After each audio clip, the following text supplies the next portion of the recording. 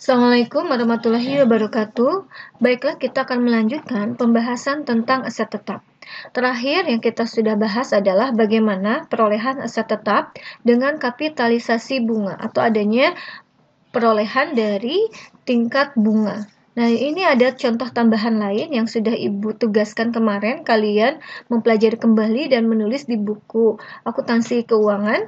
Nah, artinya di sini ketika ada sebuah perusahaan, yaitu perusahaan di sini namanya Paver Construction Company, dia itu membangun sebuah gedung ya di atas tanah.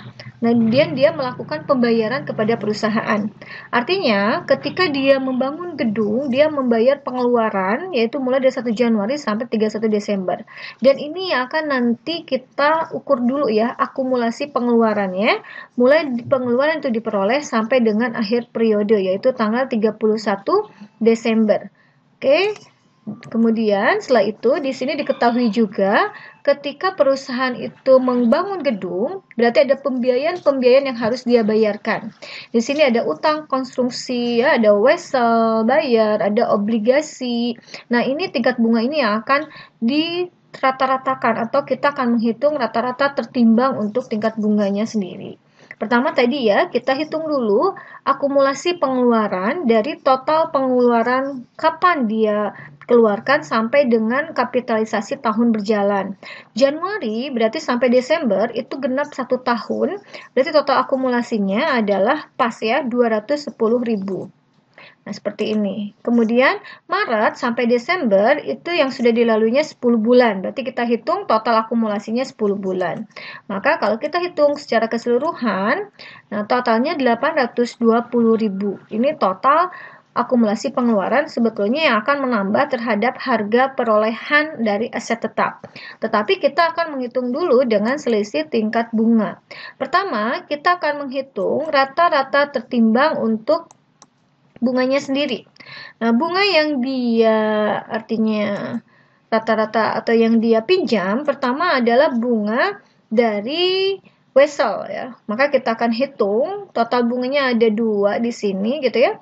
Total bunga yang 50.000 ya, maka tingkat bunganya 55.000 tadi karena 10%. Kemudian di sini ya, wesel ini masuknya ke sini ya. Wesel 10% berarti 550.000, total bunganya 55.000 yaitu dari 550.000 dikali 10%. Kemudian obligasi 12% dengan nilai obligasi 600.000 berarti total bunganya 600.000 dikali 12%, total 72.000. Maka total bunganya 127.000. Nah, kemudian di sini total pokoknya adalah 1.150.000 ya, maka total kapitalisasi atau total rata-rata tertimbang bunga dihasilkan dari total bunga 127.000 dibagi total pokok pinjaman 1.150.000 dolar. Maka rata-rata tertimbang adalah 11,64%. Nah, ini 11,64% akan dihitung ya ke dalam perhitungan bunga yang harus dihindari ya. Artinya di sini kita akan catat ya, dicatatnya adalah sebesar 120.228. Nah, ini dari mana? Ini dari total pinjaman dengan suku bunga 15%, maka total bunganya 112.500, sedangkan di sini adalah pengeluaran yang melebihi pinjaman konstruksi spesifik ya 70.000 karena tadi total pinjamannya adalah kan total pengeluaran kapitalisasi 820.000 ya, maka dia punya selisih 70.000 dikali tingkat bunga rata-rata tertimbang tersebut. Nah, ini makanya total yang diakuinya 120.228. Nah, jurnalnya akan nampak seperti ini. Nah, ini berarti bunga yang dikapitalisasi sebesar 120.228. Nah, kalau ini berarti ketika mencatat pengeluaran yang tadi 1 Januari. Jadi pengeluaran tersebut akan menambah terhadap harga perolehan dari sebuah aset. Oke ya. Nah, ini pengeluaran yang bulan Maret, maka dia akan menambah terhadap bangunan. Sama tanggal 1 Mei juga, maka dia akan menambah harga perolehan terhadap bangunan. Nah, ini bangunan di sini adalah dihasilkan dari kapitalisasi bunga. Nah, kemudian di sini yang akan kita bahas kembali adalah bagaimana masalah khusus yang terkait kapitalisasi bunga. Di sini, pengeluaran untuk tanah, katanya, biaya bunga yang dikapitalisasi selama periode konstruksi merupakan bagian dari biaya perolehan pabrik, bukan biaya perolehan tanah. Jadi biaya bunga yang dikapitalisasinya adalah memang betul-betul pada waktu pembangunan pabrik. Dan pendapatan bunga juga harus diimbangi dengan biaya bunga. Jadi nanti ketika mengkapitalisasi bunga, ada yang menjadikan beban bunganya sendiri atau interest expense, ada yang dapat menambah harga perolehan. Ya. Demikian pembahasan tentang kapitalisasi bunga. Sekarang kita akan bahas bagaimana aset tetap itu dinilai kembali atau impairment atau penilaian aset tetap. Perusahaan harus mencatat aset tetap pada kelas B, ya. Artinya pada nilai wajar aset yang diserahkan atau nilai wajar aset yang diterima. Jadi di sini penilaian aset tetap itu kita akan menghitung atau akan menganalisa perbandingan dengan fair value atau nilai wajar. Nah, kemudian ketika ada terjadi penilaian aset tetap adanya diskon tunai, baik itu diskonnya diambil atau tidak, umumnya dapat dianggap sebagai langsung pengurang terhadap biaya aset. Ketika adanya kontrak pembayaran tangguhan, artinya aset yang dibeli melalui kredit jangka panjang, itu dicatat pada nilai sekarang dari kompensasi yang dipertukarkan. Dan ketika adanya pembelian lumsum itu pembelian secara bersamaan, artinya ketika kita membeli barang itu berbarengan. Contoh misalkan kita mengeluarkan uang 200 juta. 200 juta itu untuk total keseluruhan kita membeli aktiva seperti peralatan, ya, mesin, kendaraan. Nah, itu akan mengalokasikan total biaya di antara berbagai aset atas dasar nilai pasar wajarnya. Dan ketika adanya penerbitan saham, harga pasar saham yang diterbitkan merupakan indikasi yang baik dari biaya perolehan properti yang dibeli. Nah, ini kasus khusus ya. Nah, kemudian ada lagi tentang pertukaran aset non-moneter.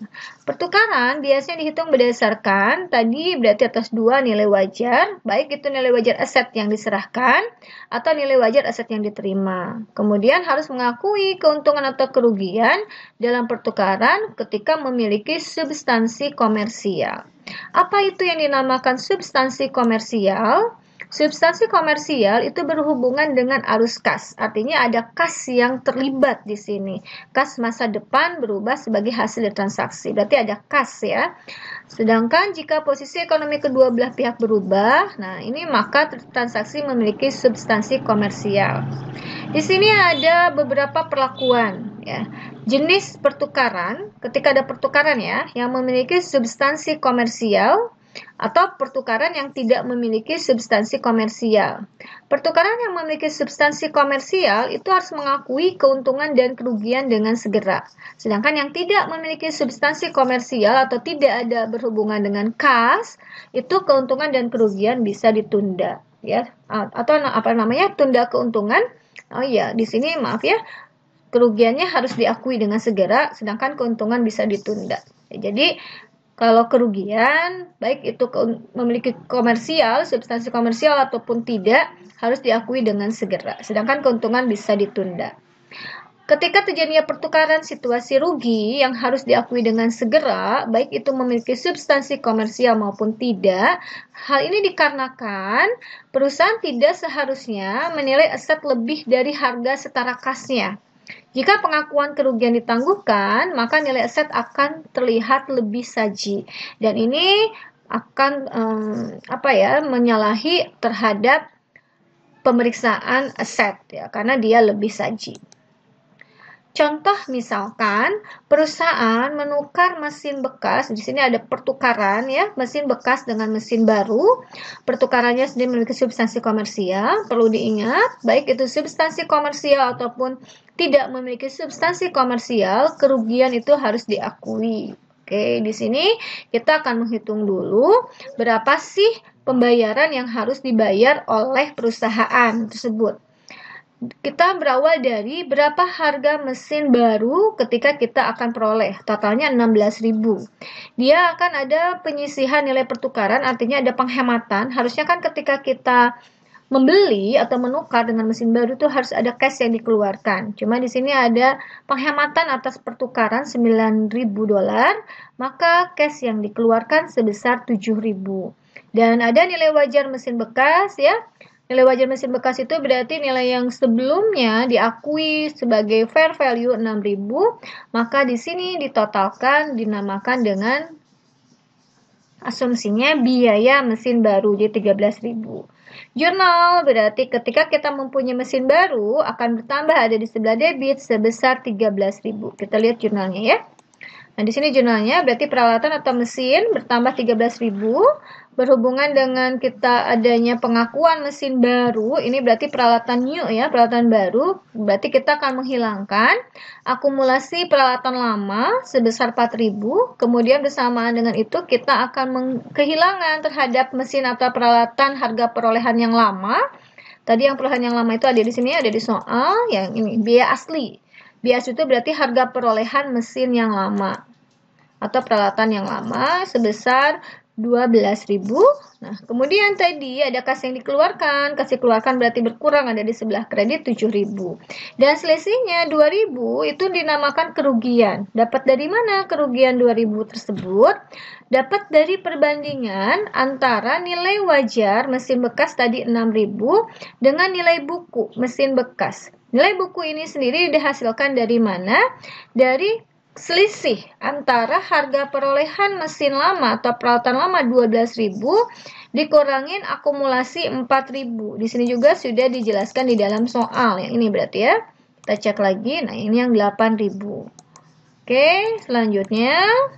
Nah, berarti ketika nilai wajar mesin bekas itu lebih kecil daripada nilai buku mesin bekas, maka perusahaan akan mengalami kerugian. Sedangkan sebaliknya ya, jika nilai wajar mesin bekas lebih besar daripada nilai buku, maka akan mendapatkan laba atas pertukaran mesin bekas. Ini pertukaran ya.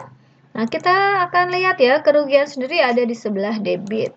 Maka kalau kita jumlahkan total debit dan kredit seperti biasa harus balance. Dan kemudian sekarang bagaimana kondisi pertukaran? Kondisinya untung.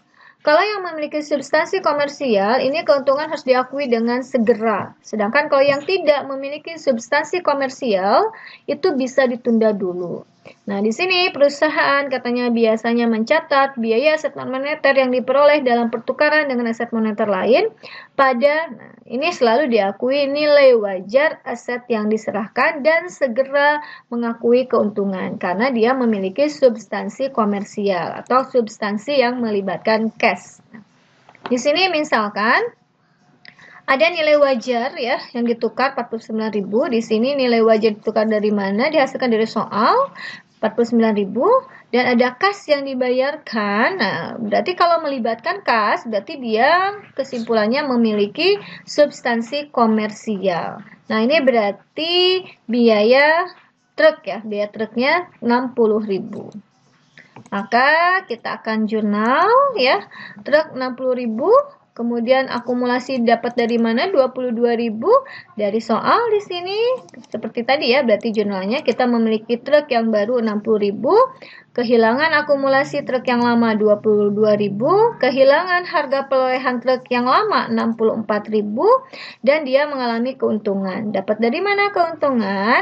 Keuntungan sendiri perbandingan tadi ya, nilai wajar dengan nilai buku. Nilai buku dihasilkan dari selisih harga perolehan 64.000 dikurangin akumulasi truk yang lama.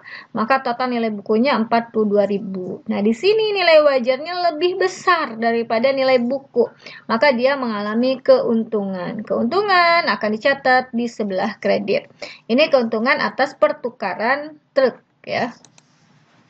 Nah, oh iya, kemudian tadi ada kas ya, maaf, ada kas yang dikeluarkan 11.000 ada di sebelah kredit. Kita jumlahkan total debitnya sebesar 82.000, total kreditnya juga harus 82.000. Ya. Nah, di sini juga ada kita bahas bagaimana pertukaran aset tetap dengan kondisi untung tanpa substansi komersial. Nah, ini tanpa substansi komersial keuntungan bisa ditangguhkan. Oke, seperti apa? Kita cek di sini. Ya. Nah, seperti ini. Berarti keuntungan tadi yang nilainya sebesar 7.000 misalkan ya, itu bisa ditangguhkan. Artinya ditangguhkan di sini tidak dicatat ya. Kita lihat ya di sini contohnya. Tadi kan keuntungan 7.000. Nah, di sini dicatat ketika yang memiliki substansi komersial. Kalau yang tidak memiliki substansi komersial, dia dicatatnya kemana yang 7.000 supaya nanti sama-sama balance. Nah, akan mengurangi terhadap harga truk yang baru. Jadi truk yang baru itu totalnya tidak 60.000 lagi, tapi dikurangin 7.000. Hasilnya 53.000. Nah, ini perbedaan substansi komersial dan non komersial ya, dengan kondisi terjadinya keuntungan.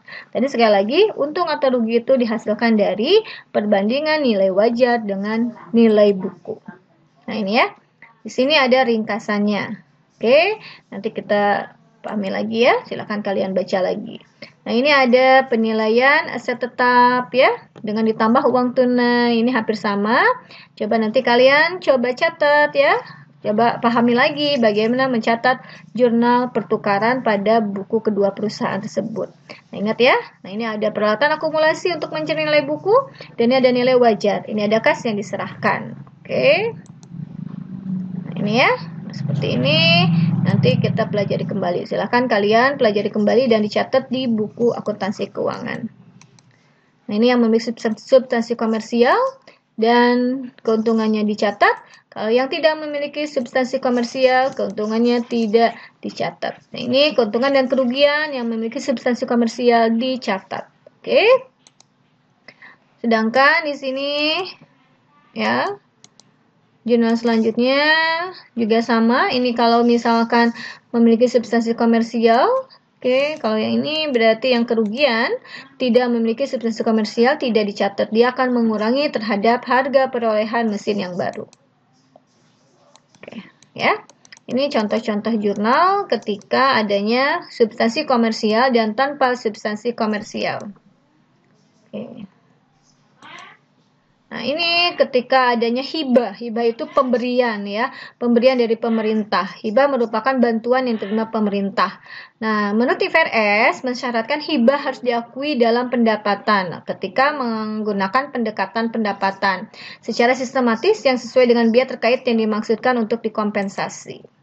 Nah, ini contoh untuk hibah ya. Hibah, kemudian kata IFRS membolehkan untuk mencatat hibah dengan salah satu cara berikut. Bisa mengkreditkan pendapatan hibah ditangguhkan atau mengkreditkan peralatan lab atas subsidi dan menyusutkan jumlah ini selama periode 5 tahun.